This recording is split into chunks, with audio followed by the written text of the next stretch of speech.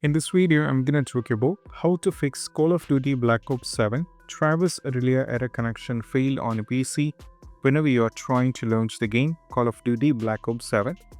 This can be done for both the users on the Steam. This is mainly for the Steam users when they're trying to launch it on the Steam, they end up in having this issue.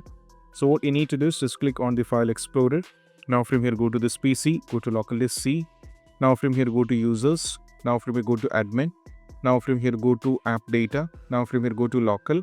Now from here go to activation. This is the activation folder. So what you need to do is you just need to first create a backup. You have to copy this particular folder. Just select this and copy this one, and you have to create a backup. Once the backup is created, you have to rename this. You can just rename this particular folder over here. Rename this .old something can be given. Then you have to, after renaming, you have to check with launching the game whether the issue is solved or not. If that is not working, just go over here once again, go back to this PC, go to documents.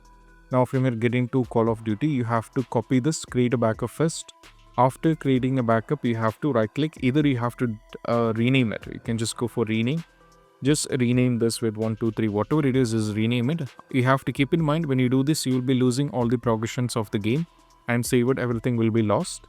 Then you just need to close this and go back and try launch the game, and that might work. So these are the steps. And I hope this quick video is helpful. That's it. Bye bye.